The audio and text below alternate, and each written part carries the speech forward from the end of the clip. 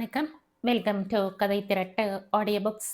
இந்த வீடியோல நம்ம என்ன கதை கேட்க போறோம்னா, 23ஆம் படி கதையின் 2வது பகுதி. நம்ம சேனலை இதுவரைக்கும் சப்ஸ்கிரைப் பண்ணாதவங்க சப்ஸ்கிரைப் பண்ணுங்க. பக்கத்தில் இருக்கிற பெல் ஐகானை கிளிக் பண்ணி ஆல்ங்கிற ஆப்ஷனை பிரஸ் பண்ணுங்க. ஸோ தட் நம்ம போடுற கதைகளை உடனுக்குடனே நீங்க கேட்கலாம். வாங்க கதைக்குள்ள போகலாம். நான் வருகிறேன். உங்கள் அப்பா எழுந்து கொண்டதும் சொல்லுங்கள் என்று கூறிவிட்டு கிளம்பினான் வேணு. நான் சொன்னதை கேட்க மாட்டீர்களா என்றாள் மோனி கெஞ்சும் குரலில். எது? நீங்கள் போக வேண்டாம் என்றேனே. மோனி என்று அழைத்தவன் அவள் முகத்தையே பார்த்தபடி நின்றான். உங்களுக்கு என்னை பற்றி அதிகம் தெரியாது.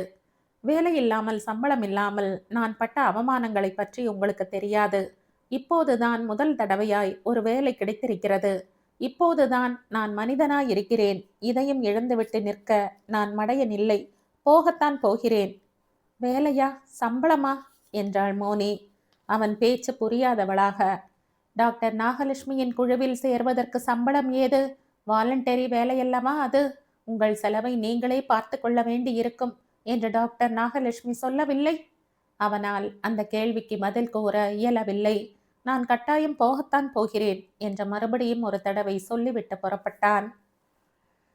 ஏமா மோனே, இந்த பால் டின் பாதி திறந்து வைத்திருந்தது வீணாகிவிட்டதே, எரிந்து விடலாமே என்று சமையல்கார அம்மா கேட்டாள். சமையல்காரி மட்டுமல்லாமல் தூரத்து உறவு கூட. ஆகவே மோனியை எஜமானி அம்மாள் என்று அவள் குறிப்பிடுவது கிடையாது. தோளில் மாட்டியிருந்த டிரான்சிஸ்டரை நிறுத்தாமலே எழுந்து வந்தாள் மோனி.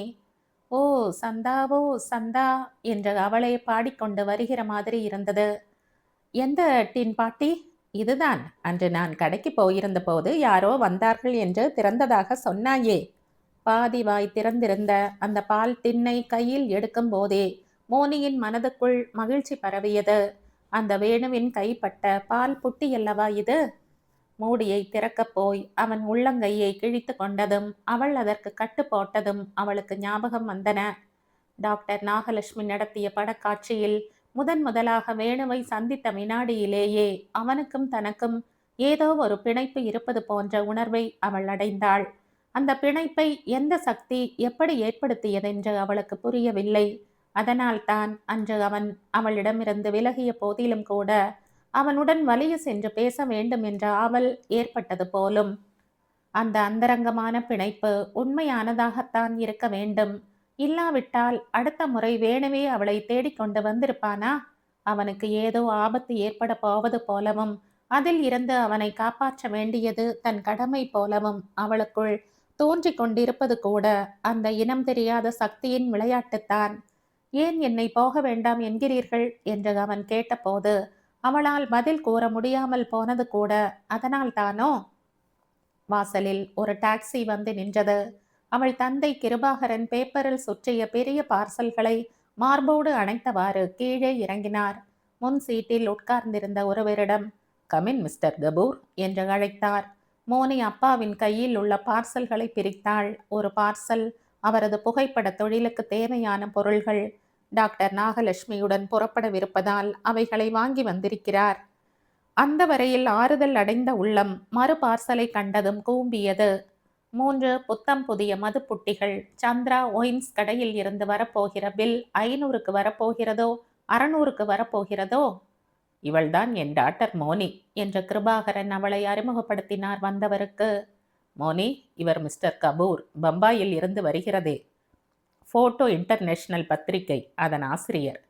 வணக்கம், உட்காருங்கள் என்ற வரவேற்பு அறையில் அவரை அமர்த்தி மின்சார விசிறியை தட்டிவிட்டாள் மோனி. வற்றலாய் கருவலாய் பார்ப்பதற்கு என்னவோ போலிருந்த அந்த மனிதரை பார்க்க பார்க்க அவளுக்கு ஏதோ சந்தேகம் உண்டாயிற்று. கிருபாகரன் தோ வருகிறேன் என்று பாத்ரூமுக்கு சென்றார் முகம் கழுவி கொள்வதற்காக. போகும்போது மோனியிடம் ஜாடை காட்டி தனியே அழைத்து, அவர் ரொம்ப பெரிய மனிதர், நாசுக்காக 2 வார்த்தை பேசு, அரட்டை அடிக்காதே என்று எச்சரித்துவிட்டு சென்றார்.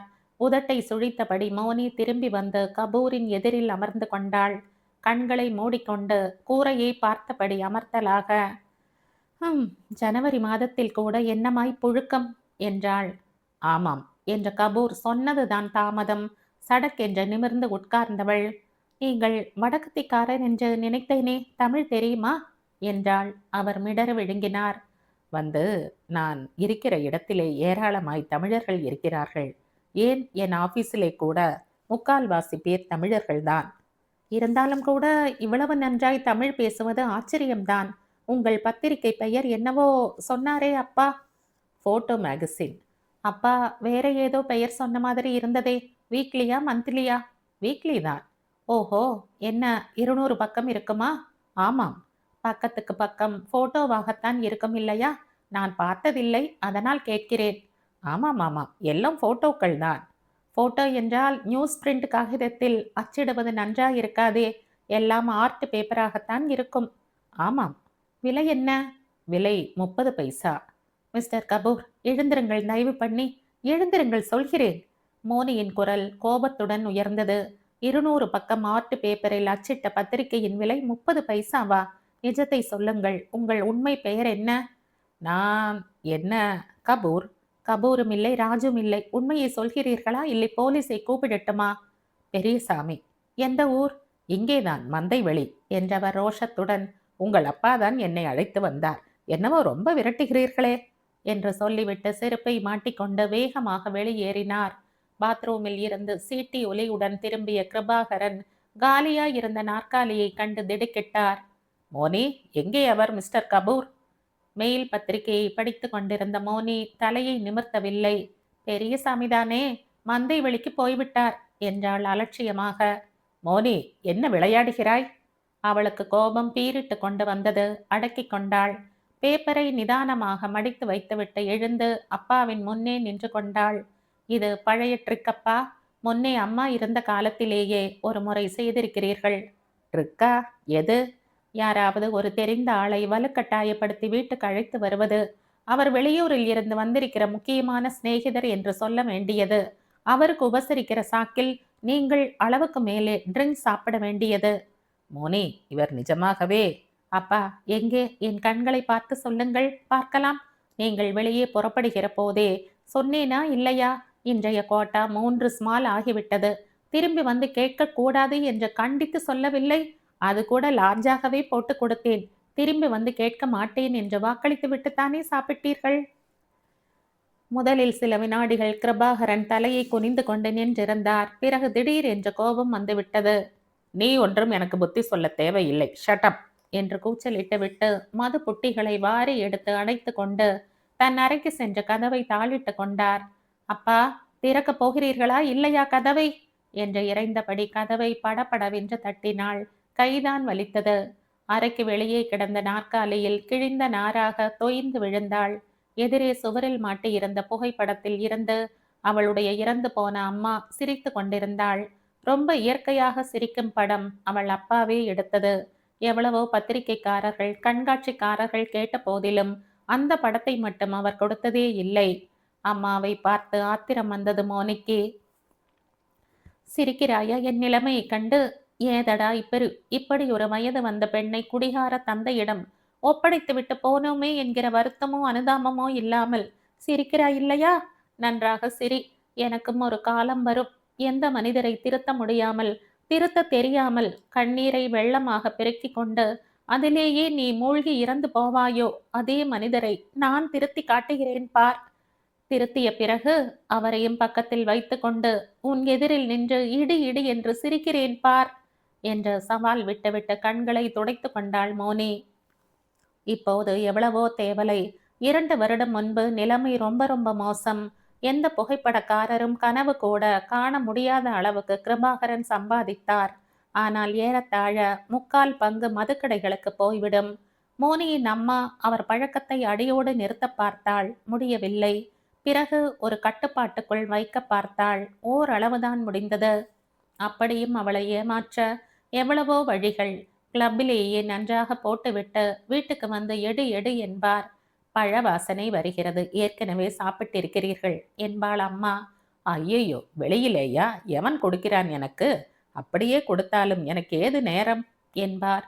இந்த வருத்தத்திலேயே அவள் காய்ச்சலில் படுத்து விட்டாள். 1 வாரம் 10 நாள் என்ற ஜுரம் அடித்தது. பிறகு டைபாய்டாக மாறியது. இறுதியில் அவளை கொண்டு போயும் விட்டது. கிருபாகரன் அந்த அதிர்ச்சியில் கொஞ்ச நாள் மாறி இருந்தார். படிப்பை பாதையில் நிறுத்தி கொண்ட மோனி அப்பாவின் தொழிலுக்கு உதவியாக இருந்தபடி அவரை கொஞ்சம் கொஞ்சமாக திருத்த முயன்று கொண்டிருக்கிறாள். அப்படியும் நடுநடுவே வழக்கத்தை காட்டிலும் அதிகமாக குடிப்பதற்காக சற்று முன்னால் எவனையோ அழைத்து வந்த மாதிரி ஏதாவது நாடகம் ஆடுவார் கிருபாகரன். சாத்தியிருந்த கதவை ஆத்திரத்துடன் நோக்கினாள் மோனி. அதே நேரம் அவரும் கதவை திறந்து கொண்டு தலையை நீட்டினார். கண்கள் சிவந்த, தலை கலைந்த, உடை தாறுமாறாக இருந்தது. ஏய் மோனி, எத்தனை தரம் உனக்கு சொல்லி இருக்கிறேன், ஃப்ரிட்ஜில் எப்போதும் 4 சோடா இருக்க வேண்டுமென்று. ஒன்று கூட இல்லையே என்றார் நாக்குழற. பொறுமையை வரவழைத்து கொண்டாள் மோனி. அவரது கைகளை பிடித்து அழைத்து சென்று நாற்காலியில் உட்கார்த்தி வைத்தாள். சொல்வதை கேளுங்கள் அப்பா, இன்றைக்கு இத்தோடு போதும். இதற்கு மேல் சாப்பிடாதீர்கள். வேண்டாம். நாளைக்கு தலைவலி, வயிற்று வலி என்பீர்கள். அனாசின் எங்கே, சாரிடான் எங்கே என்று பரப்பீர்கள். நியூட்ரைலிசர்களை விழுங்கிவிட்டு சிடுசிடு என்று வீட்டையே நரகம் பண்ணுவீர்கள். சொன்னால் கேளுங்கள். இதற்கு மேல் நானும் விஸ்கி போட்டு தர மாட்டேன். நீங்கள் போட்டுக்கொள்ளவும் விடமாட்டேன் என்ற நயமும் பயமுமாக சொல்லி அவரை படுக்க செய்தாள். உன்னால பெரிய தொல்லையாய் போய்விட்டது, இரு இரு என்று குழறிக்கொண்டே படுத்தார் கிருபாகரன். கதவை மெல்ல சாத்தி கொண்டு மோனி வெளியே வந்தவள் வாசற்புறம் புயலடித்த மாதிரி சந்தடி கேட்பதை உணர்ந்தாள். தெருவில் ஒரு ஜீப் நின்று கொண்டிருந்தது. அதில் இருந்து குதித்து இறங்கிய மனிதர் மடையன்களையும் முட்டாள்களையும் கட்டி கொண்டு மாரடிப்பதே என் பிழைப்பாய் போய்விட்டது ச என்று சொல்லிக்கொண்டே உள்ளே வந்தார். அவ்வளவு மன உளைச்சலுக்கிடையேயும் மோனியின் முகத்தில் மலர்ச்சி பரவியது. வருகிறவரை அவளுக்கு தெரியும். டி ராமசாமி என்பதை சுருக்கி டிஆர் என்று கூப்பிடுவார்கள். டாக்டர் நாகலட்சுமியின் குழுவில் பெரும்பாலும் அவர்தான் போர்மேன், அதாவது மேனேஜர் மாதிரி. எல்லாவித அலுவல்களையும் இழுத்து போட்டுக்கொண்டு செய்ய வேண்டிய பொறுப்பு அவருடையது. யாருக்கு சார் அர்ச்சனை செய்து கொண்டே வருகிறீர்கள் என்று விசாரித்தாள் அவரை. சும்மா இரமா என்றார் டிஆர். இந்த லாரிக்காரனைத்தான் சொல்கிறேன். டென்ட் சாமான்கள் மற்ற முக்கியமான பாத்திரம் பண்டங்கள் எல்லாவற்றையும் ஏற்றி முடித்து என்ஜினை ஸ்டார்ட் பண்ணுகிற வரையில் சும்மா இருந்தான். அதற்கப்புறம் போய் யாராவது ஒருத்தர் லாரியில கூட வாங்க, எனக்கு வழி தெரியாது என்கிறான். இருப்பதோ 5 பேர். அவர்களும் தன்னோடு தான் வர வேண்டும் என்கிறார் டாக்டர். உட்காருங்களேன், நின்று கொண்டே பேசுகிறீர்களே என்றாள் மோனி. அப்புறம் என்ன செய்தீர்கள்? என்னவோ பண்ணி கதையை முடித்தேன். போயேன். எங்கே உன் அப்பா? அவரை பார்ப்பதற்குத்தான் வந்தேன். வந்து தூங்குகிறார். என்ன விஷயம்? என்கிட்டே சொல்லுங்களேன். அவர் என்னென்ன எடுத்து வரப்போகிறார் என்று லிஸ்ட் கேட்டு வைத்து கொள்ளணும். அதன்படி கொண்டு வந்தாரா என்று புறப்படுகிற போது செக் பண்ணணும். உறையூர் எஸ்கவேஷனுக்கு போயிருந்த போது டார்க் ரூம் ஷட்டரை கொண்டு வராமல் போய்விட்டேன் சார். டவுனுக்கு போய் ஸ்டுடியோவில் தான் லோட் பண்ணணும் என்றார். நாங்கள் இருந்ததோ பொட்டை காடான இடம். திண்டாடி போய்விட்டோம். போயேன். அந்த மாதிரி நேராமல் இந்த தடவை ஜாக்கிரதையா எல்லாம் எடுத்துக்கொண்டு போகும்படி நான் சொல்கிறேன் சார். கவலையே வேண்டாம் உங்களுக்கு. நான் அவரை நேரில் பார்த்துவிட்டு சொல்லிவிட்டு போனால்தான் எனக்கு தூக்கம் வரும். அவள் பரிதாபமாக சொன்னாள். வேண்டாம் சார். அவள் குரலையும் கண்களையும் வழி மறித்தாற் போல் அவள் நிற்கிற விதத்தையும் கவனித்தார் டிஆர். ஆரம்பித்து விட்டாரா? அதானே என்ற பெருமூச்சுடன் சொல்லிவிட்டு கதவை திறந்து பார்த்துவிட்டு இன்னொரு பெருமூச்சுடன் சாத்தினார். Moni, this won't do, this won't do. என்ன சார் சொல்கிறீர்கள்? உன் அப்பா சரிப்பட மாட்டார். இந்த தடவை இவரை விட்டுவிட்டு வேறு போட்டோகிராஃபரை போட்டுக்கொள்கிறோம். சார் ப்ளீஸ் என்று அவர் கைகளை பற்றி கொண்டாள் மோனி. உங்களுக்கு அவரை பற்றி தெரியாதா? சும்மா இருக்கும்போதுதான் இப்படி வேலை ஏற்றுக்கொண்டு விட்டால் அதிலேயே கருத்தாக இருப்பார். எனக்கு வாக்கு கொடுத்திருக்கிறார். குடிகாரர் வாக்குறுதிக்கெல்லாம் என்னம்மா மோனி மதிப்பு? இல்லை சார், இந்த தடவை அவரை நம்புங்கள். அப்பாவுக்கு இந்த வருமானம் ஒரு பொருட்டில்லை. ஆனால் அவர் அந்தஸ்து இன்னும் உயரும். சென்ட்ரல் கவர்மெண்டில் அவருக்கு நல்ல பெயர் ஏற்படும். அடுத்த குடியரசு தின ஆனர்கள் வெளியிடும் போது என் அப்பா பேரும் அந்த லிஸ்டில் இருக்க வேண்டாமா சார்? அதெல்லாம் சரிம்மா மோனி. ஆனால் டாக்டர் நாகலட்சுமி இந்த எஸ்கவேஷனை ரொம்ப முக்கியமானதாக நினைக்கிறார். நானும் அவருடன் எவ்வளவோ டூர்களுக்கு போயிருக்கிறேன். என்னவோ தெரியவில்லை, இந்த தடவை வாழ்வா சாவா என்கிற போராட்டம் மாதிரி நினைக்கிறார். முக்கியமான சந்தர்ப்பம் பார்த்து போட்டோகிராஃபர் ஒரு மூலையில் சுருண்டு கிடக்கிறார் என்று வைத்துக்கொள். டாக்டர் நாகலட்சுமி சீவி விட மாட்டாரா என் தலையை என்று பேசிக்கொண்டே இருந்த டிஆர், இரு, உன் அப்பாவுக்கு நீ கேரண்டி கொடுக்கிறாயா என்று ஒரு கேள்வி தொடுத்தார். நிச்சயமாய் சார். கேரண்டி கொடுத்துவிட்டு நீ இங்கே உட்கார்ந்திருந்தால் என்ன புண்ணியம்? பின்ன என்னையும் கூடவே வர சொல்கிறீர்களா என்ன? சும்மா ஒரு பேச்சுக்காகத்தான் சொன்னாள். ஏன் வரக்கூடாதா? மோனியின் முகத்தில் ஒரு மலர்ச்சி முகிழ்த்தது. ஏன் அப்படி செய்தால் என்ன என்று தோன்றியது. சித்தப்பா, இது என்ன துணி? இதுதான் எலிபென்ட் பேண்ட்ஸ். லேட்டஸ்ட் ஃபேஷன் ஆக்கும். இது இது லாங் காலர் ஷர்ட். அப்புறம் இது இது குரு ஷர்ட். இது சித்தப்பா, இது புர்ஷோ துணி. இது கியூபன் செக். இந்த துணி பார்த்தாயா, கிரம்பிள் ரெசிஸ்டன்ட். சும்மா கசக்கிப்பார். அடேங்க அம்மா, எவ்வளோ ஷர்ட் எவ்வளோ பேண்ட் வாங்கியிருக்க நீ? ஏன் சித்தப்பா, உனக்கு எவ்வளவு சம்பளம்? 50,000 இருக்குமா? 75,000. வேணுவா சும்மாவா? ஓஹோ நானாம். 75,000 ரூபாயா? அம்மாடி, அப்படின்னா நீ கவர்னர் மாதிரியா சித்தப்பா? எட்டத்தில் உட்கார்ந்து ஸ்டவ்வை சுத்தம் பண்ணியபடி தம்பியின் சவடாலையும் மகளின் குழந்தைத்தனத்தையும் புன்னகையுடன் கேட்டுக்கொண்டிருந்த வேணுவின் அண்ணா, வேணு, நீ பாட்டுக்கு இவளுடன் அரட்டை அடித்துக் கொண்டு உட்கார்ந்திருக்கிறாயே. சாயந்தரம் 5 மணிக்கு டாக்டர் நாகலட்சுமியின் வீட்டில் ஏதோ மீட்டிங் என்று சொன்னாயே, போக வேண்டாமா என்றார். இந்திரா நகர்தானே, ஒரு டாக்ஸி பிடித்தால் 15 நிமிடத்தில் கொண்டு போய்விட்டு விடுகிறான். ஏன்பா வேணு, அந்த இது சம்பள விஷயமெல்லாம் கரெக்டாய் பேசிவிட்டாயல்லவா? எதுக்கு கேட்கிறேன் என்றால், அப்பாயின்மெண்ட் ஆர்டர் என்று எதுவும் கொடுக்கவில்லை என்கிறாய். கவர்மெண்ட் வேலை இல்லை, தனிப்பட்டவர் பொறுப்பு என்கிறாய். ஆகவே சம்பளம் முன்பே உங்களுக்கு சொன்னேனே அண்ணா, இது கவர்மெண்ட் இலாக ஆரம்பித்து நடத்துகிற திட்டம் இல்லை. தனிப்பட்ட முறையில் டாக்டர் நாகலட்சுமி ஏற்று இருக்கிறார். யாரோ பணக்காரர் உதவி செய்கிறார். மாதா மாதம் டான் என்று சம்பளம் தருவதாக சொல்லி இருக்கிறார். அதை நம்பலாம். அதற்கு மேல் எழுத்து மூலமாய் அடித்து கொடு என்று கேட்க முடியுமா? எனக்கும் தான் ஆகட்டும். அப்படி என்ன பிரமாத குவாலிஃபிகேஷன்? அதுவும் வாஸ்தவம்தான் என்று ஒப்புக்கொண்டார் அண்ணா. யாரோ பணக்காரர் என்றாயே, யாரது? பெயர் சரியாய் நினைவில்லை. சிவசங்கரனை பற்றி நினைத்து கொண்ட போது அவனுக்கு என்னவோ போல் உறுத்தல் ஏற்பட்டது. முந்தா நாள் காலை டாக்டர் நாகலட்சுமியின் துறையை பற்றி சிறிது தெரிந்து கொள்ளலாம் என்று கன்னிமரா லைப்ரரிக்கு போயிருந்தவன் அப்படியே சிவசங்கரனை பார்த்து, நான் என்ன செய்ய வேண்டும், என்னிடம் என்ன வேலையை எதிர்பார்க்கிறாய் என்று மறுபடி கேட்டு பார்த்தான். சிவசங்கரன் துளியும் பிடி கொடுக்கவில்லை. ஒரு வேலையும் செய்ய வேண்டாம், சும்மா போ, சும்மா வா, வாரம் ஒரு கார்டு மட்டும் எனக்கு எழுது, எங்கே இருக்கிறாய், என்ன வேலை நடக்கிறது என்பதை எனக்கு தெரிவி, போதும் என்றான் புன்னகையுடன். வெறுமே இவனுக்கு வாரத்துக்கு ஒரு கார்டு போடுவதற்காகவா மாதம் 1000 ரூபாய் தருகிறேன் என்கிறான்? அப்படி என்ன இவனுக்கு இதிலே அக்கறை? சிவசங்கரன் சொன்னான். வேணும், எனக்கு பிசினஸில் லட்சமாய் வருகிறது. அதனால் படித்தவர்கள் அறிவாளிகள் மத்தியில் எனக்கு அந்தஸ்து ஏற்பட்டு விட்டது. கலை, இலக்கியம், சங்கீதம், ஆராய்ச்சி, அது இது என்று ஒரு 4-5 விஷயங்களில் டச் வைத்து கொள்ள வேண்டும். கலைத்துறையிலாவது சிவசங்கரன் டச் வைத்து கொள்ள விரும்புவதாவது வேறு ஏதோ உள்நோக்கம் வைத்துத்தான் தன்னை அவன் அனுப்புகிறான் என்று புரிந்தது. இவனிடம் போய் சிக்கிக் கொண்டோமே என்ற சங்கடம் ஒரு புறம் ஏற்பட்ட போதிலும், மறுபுறம் இருக்கட்டும், காசு கொடுக்கிறான் என்பதற்காக தப்பான காரியத்தை நாம் செய்து விடுவோமா என்ன? அது ஒரு நாளும் இல்லை என்று தனக்குத்தானே சமாதானமும் சொல்லிக் கொண்டான். காலட்சேபம் நடக்கிறாற் போல் தெரிகிறது. போய் கேட்டுவிட்டு வருகிறேன். நீ வருகிறாயா ராதை என்று கிளம்பினார் அண்ணா. சினிமாவுக்குன்னா வர்ற, ஜோட்டா லாட்டி நாய என்று சிரித்து கொண்டே சொல்லிவிட்டு புறப்பட்டார் அவர். சூட்கேஸில் துணிகளை அடுக்கி வைத்துவிட்டு மூடியவன், எங்கே ராதா, அண்ணியை காணோம், ரொம்ப நேரமாய் என்று கேட்டான். அம்மாவுக்கு கையில ஒரே வலி, தூக்கவே முடியலையாம். உனக்கு தெரியாதா? நிஜமாகவா? எனக்கு தெரியாதே என்றவன், என்ன அண்ணி, உங்களுக்கு கையில என்ன வலி என்று கேட்டவாறு சமையல் அறைக்குள் நுழைந்தான். ஆனால் அண்ணி அங்கே இருக்கவில்லை. ஸ்டோர் அறையின் இருட்டில் புடவை தலைப்பை விரித்து கொண்டு படுத்திருந்தாள். அங்கு நுழையும் முன்பே யூக்கலிப்டஸ் ஆயிலின் நெடி வேணுவை வரவேற்றது. குழாயடியிலே குடத்தை வைத்திருந்தேன். தண்ணீர் நிரம்பினதும் தூக்கினேன். என்னவோ மழுக்கென்று ஒரு சத்தம் கேட்டது. அப்போது பிடித்து வலி பிராணன் போகிறது. எப்போது நேர்ந்தது? காலையிலேதான். நாளை காலை ஊருக்கு போகிறீர்களே என்று ஒரு வடை தட்டி பாயசம் பண்ணலாம் என்று பருப்பு கூட நினைத்து வைத்தேன். அவ்வளவு வலிக்கும் போது சும்மாவா இருந்தீர்கள்? கிளம்புங்கள் அண்ணே, டாக்டரிடம் நான் அழைத்து போகிறேன்.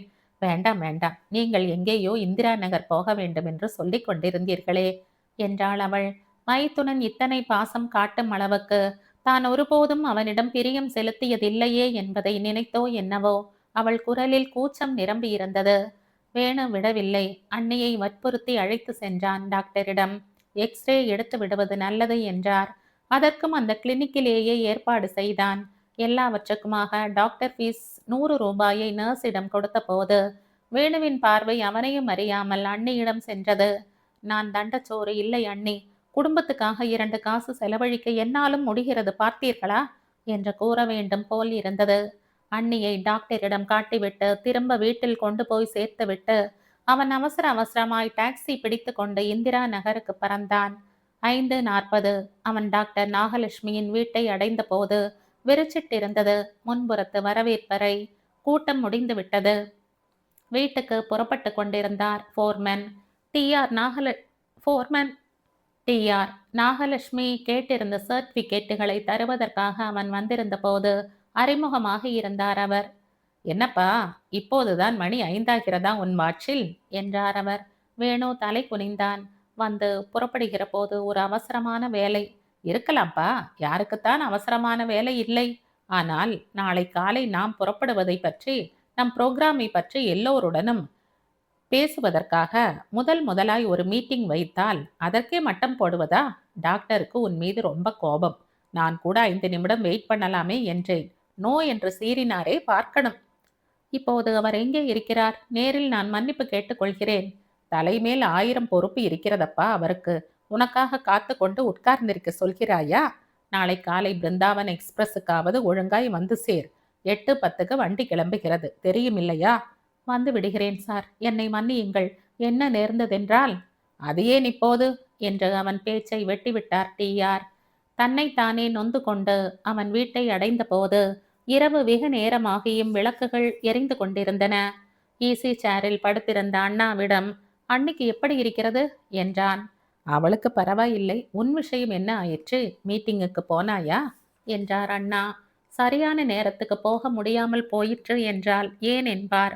அண்ணியை டாக்டரிடம் அழைத்து சென்றது பற்றி சொல்ல வேண்டி வரும். அண்ணாவின் கோபம் அவள் மீது திரும்பும். இதையெல்லாம் எண்ணி எல்லாம் நன்றாய் நடந்தது என்று கூறிவிட்டு படுக்கைக்கு போய்விட்டான். சந்தோஷமாயும் உற்சாகமாயும் புதுமையாயும் இருக்க போகிறதென்று எண்ணி இருந்த தனக்கு ஆரம்ப அனுபவமே இப்படியா அமைய வேண்டும்? வேணுவுக்கு ஏமாற்றமாக இருந்தது. குறிப்பாக டாக்டர் நாகலட்சுமியிடம் துளி கூட உரசல் ஏற்பட்டுவிடக் கூடாது என்று எவ்வளவு ஜாக்கிரதையாக இருந்தான். அவருடைய நல்லெண்ணத்தை சம்பாதித்துக் கொள்வதற்காக எவ்வளவு பெரிய இடங்களில் இருந்து சர்டிபிகேட்டுகள் வாங்கி வந்து தந்தான். எல்லாம் வீண். கிடைத்த முதல் சந்தர்ப்பத்திலேயே நாகலட்சுமியின் கசப்பை வாங்கி கட்டி கொண்டாகிவிட்டது. ச இரவு வெகு நேரம் வரை தூக்கம் பிடிக்காமல் புரண்டு கொண்டே இருந்தான். சித்தப்பா, சித்தப்பா, எழுந்திரு, ரயிலுக்கு புறப்பட வேண்டாமா? மணி 6:30 என்று அவனை எழுப்பினாள் ராதை. நானும் ஸ்டேஷனுக்கு வருகிறேன். அந்த நாகலட்சுமி அம்மாளிடம் உன்னை பார்த்து கொள்ளும்படி சொல்ல வேண்டும் என்றார் அண்ணா. வேண்டாம் அண்ணா, என்னை ஏதோ சவலை குழந்தை என்று எண்ணி விடுவார் அப்புறம் என்று தெரிவித்துவிட்டு அவன் சென்ட்ரல் ஸ்டேஷனை அடைந்த போது பிருந்தாவன் எக்ஸ்பிரஸ் புறப்பட 15 நிமிடம் இருந்தது. லக்கேஜ்களை உள்ளே வைத்துவிட்டு பிளாட்பாரத்தில் நின்று பேசிக் கொண்டிருந்தாள் டாக்டர் நாகலட்சுமி. வணக்கம் டாக்டர், நேற்று நான் வருவதற்கு லேட்டாகிவிட்டது என்று ஆரம்பித்தான். ஆனால் நாகலட்சுமி அவனை பேச விடவில்லை. கடுமை தெரிக்கும் குரலில், I am not interested in excuses என்றாள். அருகில் நின்றிருந்த டிஆரை பார்த்தான் வேணு. அவரும் அனுதாபம் காட்ட தயாரா இல்லை. உன் சீட் நம்பர் 20, சி கேரியேஜ். லக்கேஜ்களை கொண்டு போய் வை, நேரம் இல்லை. யாரோ அவன் முதுகில் உரிமையுடன் தட்டி, பெங்களூர் போகிறாயா வேணு என்று விசாரித்தார்கள். அண்ணாவின் ஆபீஸ் தோழரான வேதாச்சலம்தான் அவர். ஆமாம் சார், வேலையாக என்றவனுக்கு ஒரு யோசனை உதித்தது. டாக்டர் நாகலட்சுமி அருகில்தான் நின்றிருக்கிறாள் என்பதை கடைக்கண்ணால் கவனித்து கொண்டான். வேண்டுமென்றே சற்று உரத்த கிசுகிசுப்பாக, வேதாச்சலம் சார், டாக்டர் நாகலட்சுமி தெரியாது என்றான். யார்? நாகலட்சுமி. டாக்டர் நாகலட்சுமி என்று கேள்விப்பட்டதில்லை நீங்கள்? ஆர்கியாலஜிக்கல் துறையில் பெரிய அத்தாரிட்டி. கேரளாவில் சேரமான் திட்டு, சிவன் கோயில் கல்வெட்டுகள், குஜராத்தில் ஜெதுலி அணைக்கட்டு பிரதேசத்தில் கற்கால சைட்டுகள், வட ஆற்காடு ஜில்லாவில் பையம்பள்ளி எஸ்கவேஷன், இவைகளிலெல்லாம் பெரும் பங்குண்டு இவர்களுக்கு. ஓஹோ, இப்போது ரொம்ப முக்கியமான ஆராய்ச்சிக்காக புறப்பட்டிருக்கிறார்கள். அவர்கள் குழுவில் எனக்கும் இடம் கிடைத்தது பெரிய பாக்கியம். டாக்டர் நாகலட்சுமி வேறு எங்கோ கவனமாக இருப்பதைப் போல் தன்னைத்தான் கவனித்துக் கொண்டிருக்கிறாள் என்பதை உறுதிப்படுத்தி கொண்டான் வேணு. ரொம்ப சந்தோஷம் தம்பி, அந்த அம்மாள் மாதிரியே நீயும் நல்லா பெயர் எடுக்கணும் என்று ஆசி வழங்கிவிட்டு சென்றார் அண்ணாவின் நண்பர். வேணு, இப்படி வா என்று அழைத்தாள் நாகலட்சுமி. எஸ் டாக்டர் என்று விரைந்து வந்தான். போட்டோகிராஃபர் கிருபாகரன் அதோ பேசிக்கொண்டு நிற்கிறார் பார், கொஞ்சம் வர சொல். வேணுவின் இதயத்தில் ஒரு பரவசம் பரவியது. அவனை உரிமையில் அழைக்கும் அளவுக்கு நாகலட்சுமியின் கோபத்தை தணித்து விட்டோம் என்பதால் மட்டுமல்ல, பிளாட்பாரத்தின் கோடியில் கிருபாகரனுடன் மோனியும் நிற்பதைக் கண்டுதான். டாக்டர் வர சொன்னார் என்ற கிருபாகரனை அனுப்பினான். உங்கள் கை காயம் என்ன ஆயிற்று என்றாள் மோனி. கவலையுடன் அவள் விழிகள் அவன் உள்ளங்கையை கவனித்தன. ஓ, எப்படிப்பட்ட கை சிகிச்சை செய்தது? ஆறாமல் கூட இருக்குமா என்ன என்று தன் உள்ளங்கையை விரித்து காட்டினான் அவன். அது இருக்கட்டும், பீட்டர்ஸ் ரோடில் உங்கள் வீட்டு நம்பர் என்ன மறந்து விட்டது? அவளுடன் கடித போக்குவரத்து வைத்து கொள்ள அவனுக்கு ஆசை. அதை யூகித்து கொண்ட அவள் இதழ்கடையில் குறும்பு நகை மிளர்ந்தது. தன் விலாசத்தை அவன் டைரியில் குறித்து தந்தாள். வந்து உங்களிடம் ஒரு பெரிய பொறுப்பை ஒப்படைக்கப் போகிறேன். கட்டாயம் செய்கிறேன். என் அப்பா விஷயம்தான். அதாவது அவர் மதுப்பக்கம் போகாதபடி பார்த்து கொள்ள வேண்டும் என்று அவன் சொல்லிக் கொண்டிருந்த போது கிருபாகரன் வந்துவிட்டார். நாகலட்சுமி கேட்ட தகவல் எல்லாம் சொல்லி ஆயிற்று. இப்போது அவர் உங்களைத்தான் தேடிக்கொண்டிருக்கிறார் என்றார் வேணுவிடம். மோனி, எங்கேயும் போய்விடாதீர்கள், தோ வந்து விடுகிறேன் என்று சொல்லிவிட்டு நாகலட்சுமியிடம் ஓடினான். அவள் சாரி டு ட்ரபிள் யூ வேணு, ஒரு கப் காஃபி வாங்கி வாயேன், ட்ரெயினிலேயே கேன்டீன் இருக்கிறது தெரியும் இல்லையா என்றாள். ஆனால் ரயில் கேன்டீனில் வண்டி மூவ் ஆன பிறகுதான் தருவோம் என்றார் சர்வர். மோனியை பார்ப்பதற்காக வெளியே தலையை நீட்டினான் வேணு. வண்டி நகரத் தொடங்கிவிட்டது. கண்கள் வலிக்கும் வரை, பிளாட்பாரம் மறையும் வரை தேடினான். அவள் தென்படவில்லை. ஒரு வார்த்தை அவளிடம் சொல்லிக் கொள்ள முடியாமல் போயிற்றே என்ற ஏமாற்றம் அவனை வதைத்தது. காஃபி சார் என்ற கோப்பையை நீட்டினார் சர்வர். வண்டியின் ஆட்டங்களுக்கும் எதிரே வருகிறவர்களின் அவசரங்களுக்கும் ஈடு கொடுத்து கொண்டு நடந்த போதிலும் கம்பார்ட்மெண்ட்டின் வழியே போய்க் கொண்டிருந்த போது இரட்டை நாடியான ஒருவர் அவனை முந்திக் கொண்டு போகவே அவன் தோளில் அவர் தோள் இடித்து கப் கவிழ்ந்தது. நல்ல வேளை சாசரில் இருந்து விழவில்லை. ஆனால் காஃபி சிந்தியது. சீட்டோரமாக உட்கார்ந்திருந்த ஒரு பெண்ணின் மீது.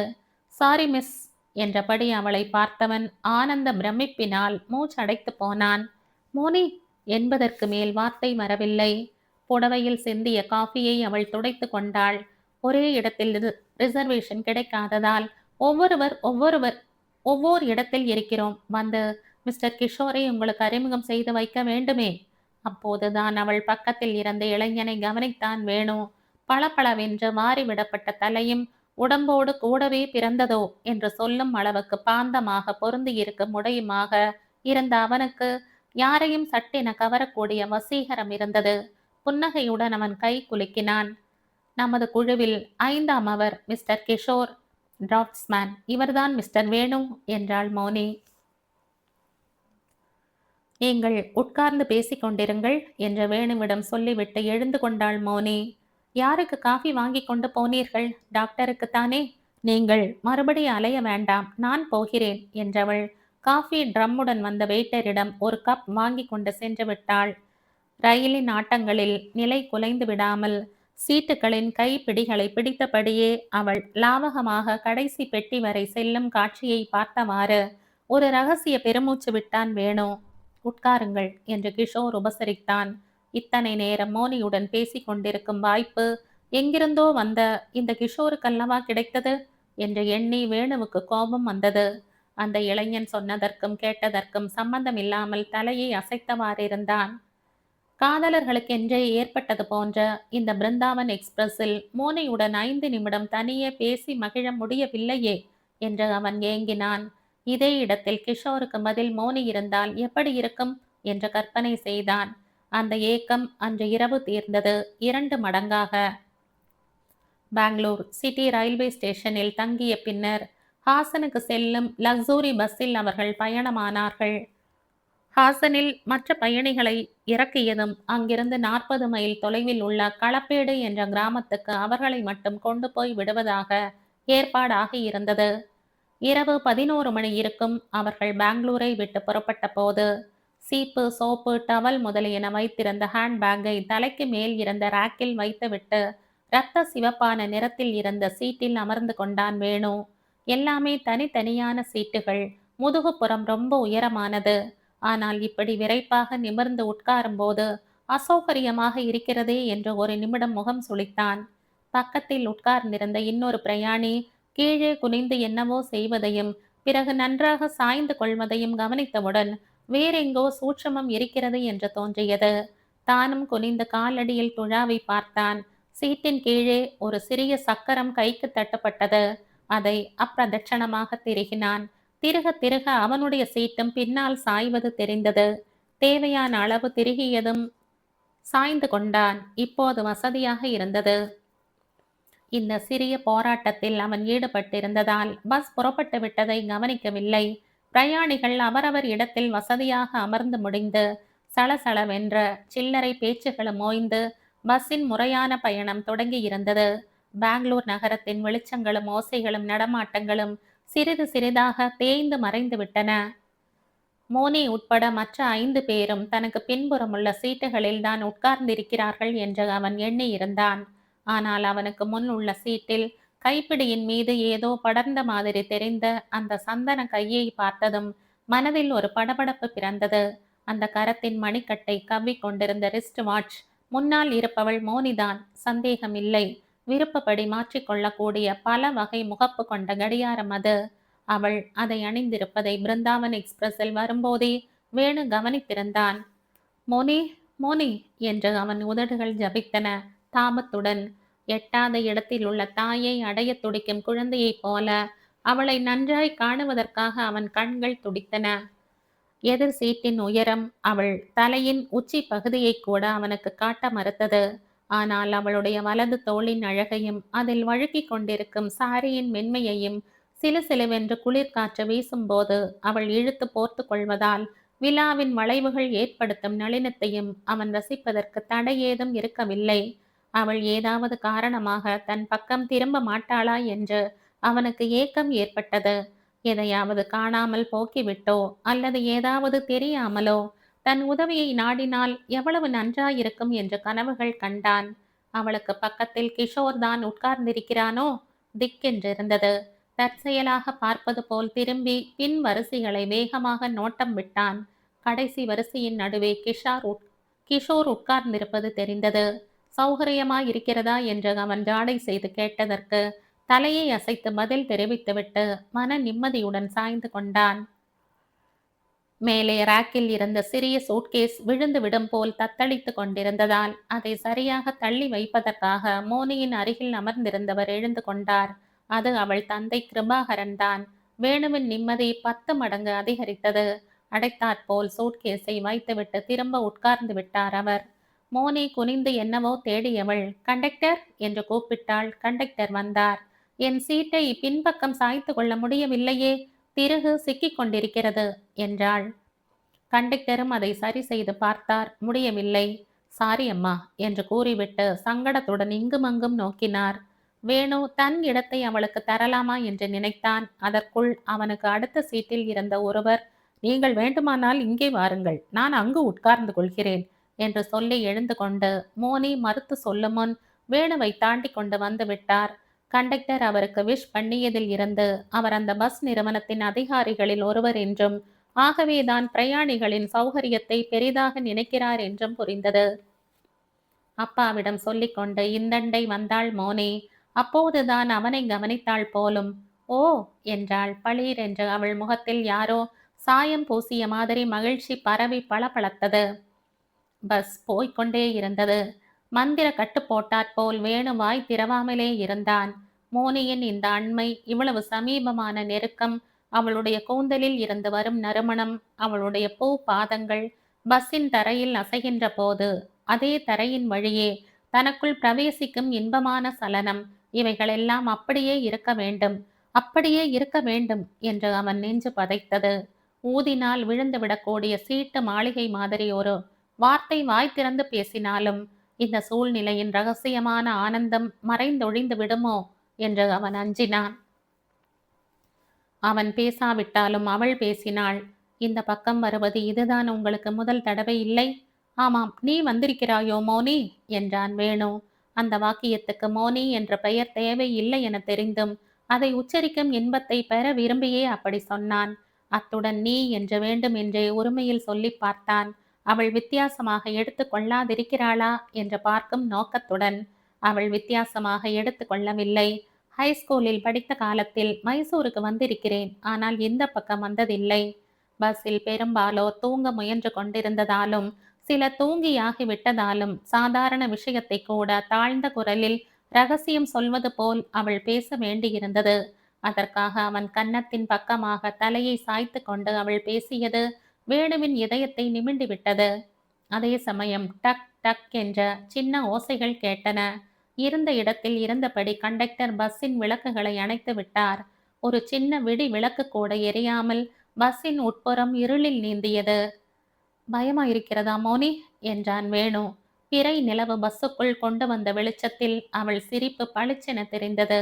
எதிரே சாலையை நோக்கினான். தலைக்கு மேல் கும்மி அடிக்கும் பெண்களைப் போல சாலையின் இருபுறமும் அடர்ந்து வளர்ந்திருந்த மரங்கள் ஒன்றோடொன்று கிளை கோத்து அசைந்து கொண்டிருந்தன. உயர்ந்த ஜாதி பஸ் ஆகையால் ஒரு வகை ரீங்காரத்தை தவிர வேறு வகை சத்தங்கள் எழவில்லை.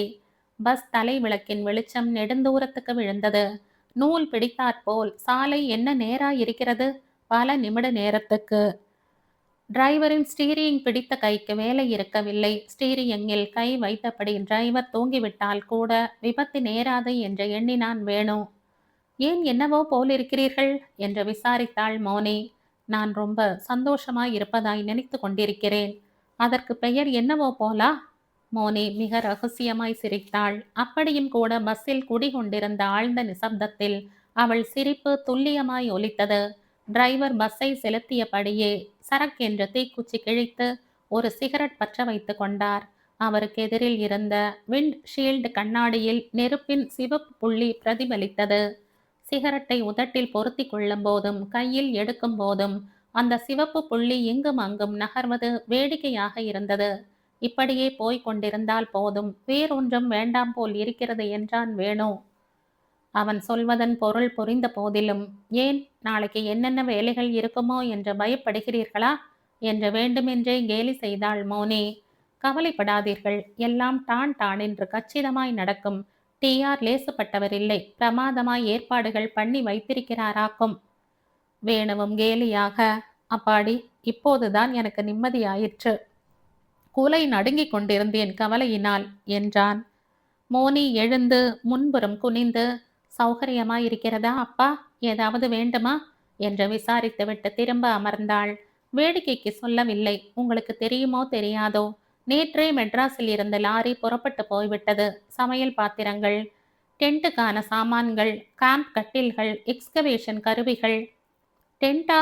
ஆமாம், களப்பேடு கிராமத்தில் இருந்து 2 மைல் தள்ளி இருக்கிற ஒரு பொட்டல் வெளிதான் டாக்டர் ஆராய போகிற இடம்.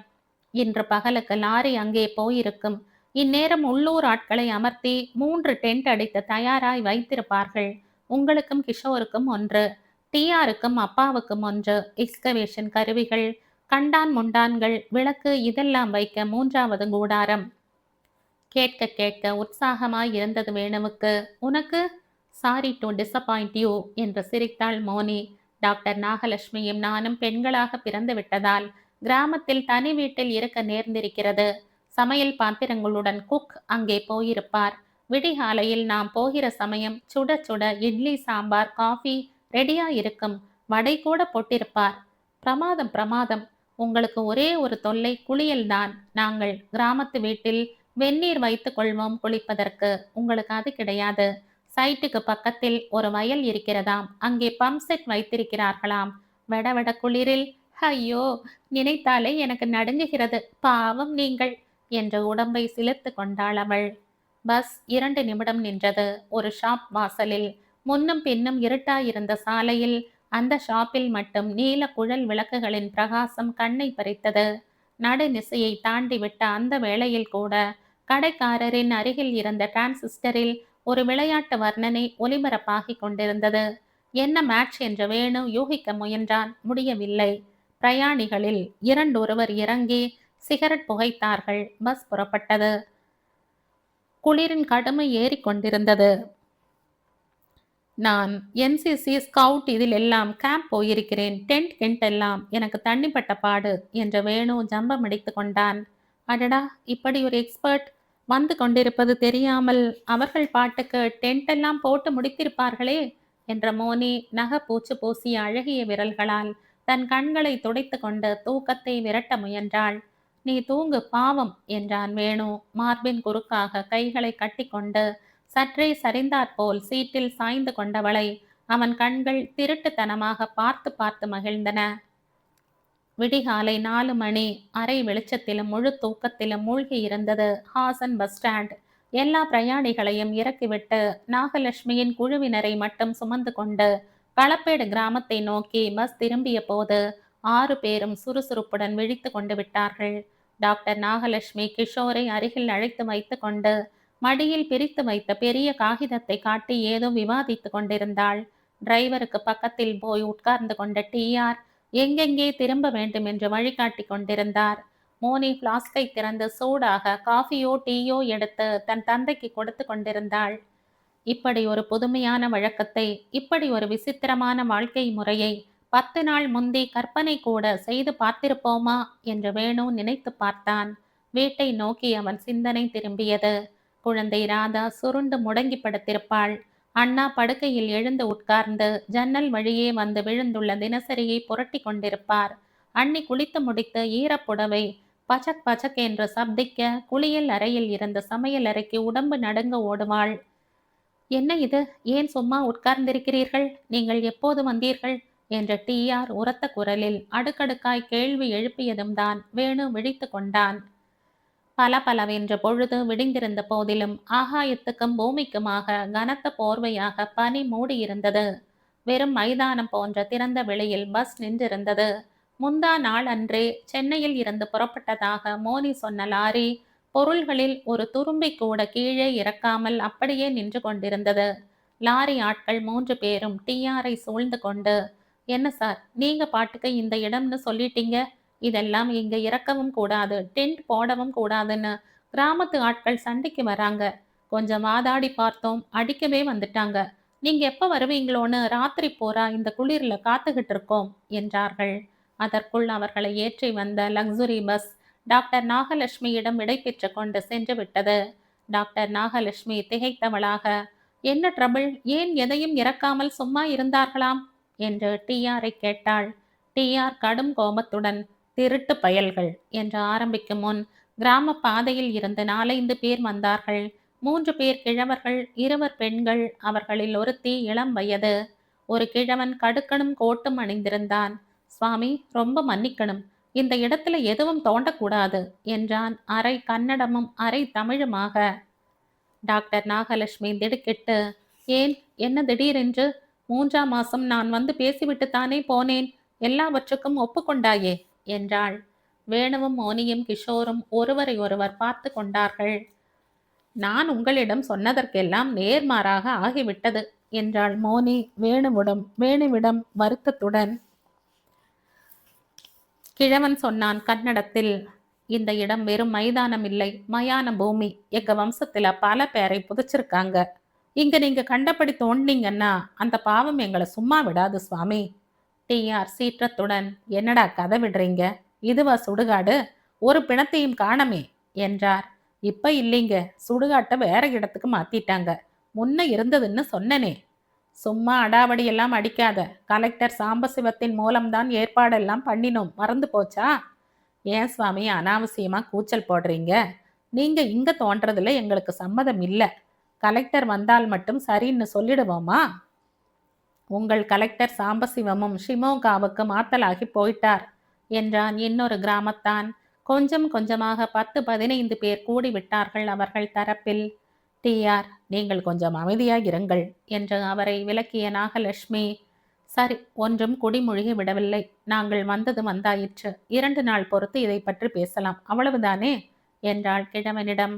ஆனால் கிழவன் மசியவில்லை. 2 நாள் இல்லம்மா, 2 மாசம் தங்கினாலும் இந்த இடத்துல தோன்றதுக்கு நாங்க விடமாட்டோம். ஏன் வீண் பேச்சு? லாரியை திருப்பிக்கிட்டு நீங்களும் நடைய கட்டுங்க என்றான் பிடிவாதமாய். மோனியையும் கிருபாகரனையும் டிஆரையும் டாக்டரையும் கிஷோரையும் ஒவ்வொருவர் முகமாக பார்த்தான் வேணு. எந்த முகத்திலும் ஈ ஆடவில்லை. என்ன நினைத்து வந்தது, எப்படி ஆகிவிட்டது என்ற அதிர்ச்சியில் அவர்கள் இடிந்து போய் நின்றிருந்தார்கள்.